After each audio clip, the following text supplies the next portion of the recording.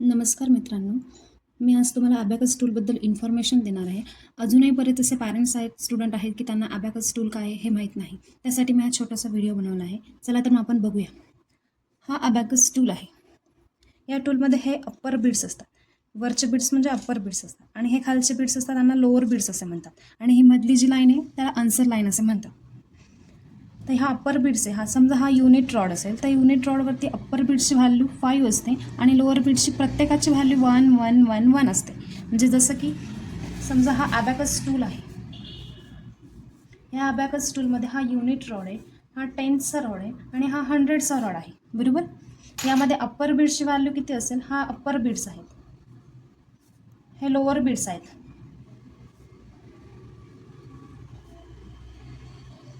ह्या upper बीड्सची value किती असेल? 5 आणि लोअर बीड्सची व्हॅल्यू असेल 1 1 1 1. हे युनिट रॉडवरती असेल. तसंच 10चा रॉड असेल. 10चा रॉडवरती अप्पर बीड्सची व्हॅल्यू असते 50 आणि लोअर बीड्सची व्हॅल्यू असते 10 10 10 आणि 10. तसं 100च्या रॉडवरती अप्पर बीड्सची व्हॅल्यू असते 500 आणि लोअर बीड्सची व्हॅल्यू असते 100 100 100 आणि 100. याच पद्धतीने तुम्ही पुढे 1000चा रॉड 1000चा रॉड 10,000चा रॉड असं तुम्ही करू शकता. समजा मला आता या रॉडवर 1 दाखवायचं असेल तर मी 1 कसं दाखवणार? हा झाला 1, हा झाला 2, त्यानंतर 3 4. म्हणजे ही आन्सर लाईनला जे पण टच असेल ते तुमचं आन्सर असतं. हा 4 झाला. आता 5 दाखवायचं असेल तर हा झाला अप्पर बीट्स 5, त्यानंतर हा 6, 5 आणि 1 6 होतात, 7 8 9. त्यानंतर 10 दाखवायचं असेल तर 10 कसं लिहितो आपण? 1 आणि 0 लिहितो. तर हा झाला 10. इथं बघा दाखवलं मी 10. हा 10 झाला. 11साठी हा 10 आणि हा 1 11, 12 13 14. त्यानंतर मला 15 दाखवायचं असेल तर हा झाला 15 16.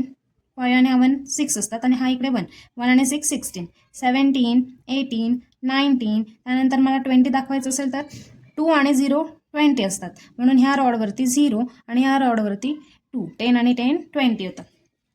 21 22 23 24. त्यानंतर 25 26 27 28 29 and then 30 30 33 and 0 30. ओके. समजा आता मला 148 दाखवायचं आहे तर मी 148 कसं दाखवणार? 100च्या रॉडवरती 100, हा झाला 40 आणि हा झाला 8, 5 6 7 8, 148. समजा मला आता 192 दाखवायचं असेल, हा झाला 100, हा झाला 90 आणि हा झाला 2, 192.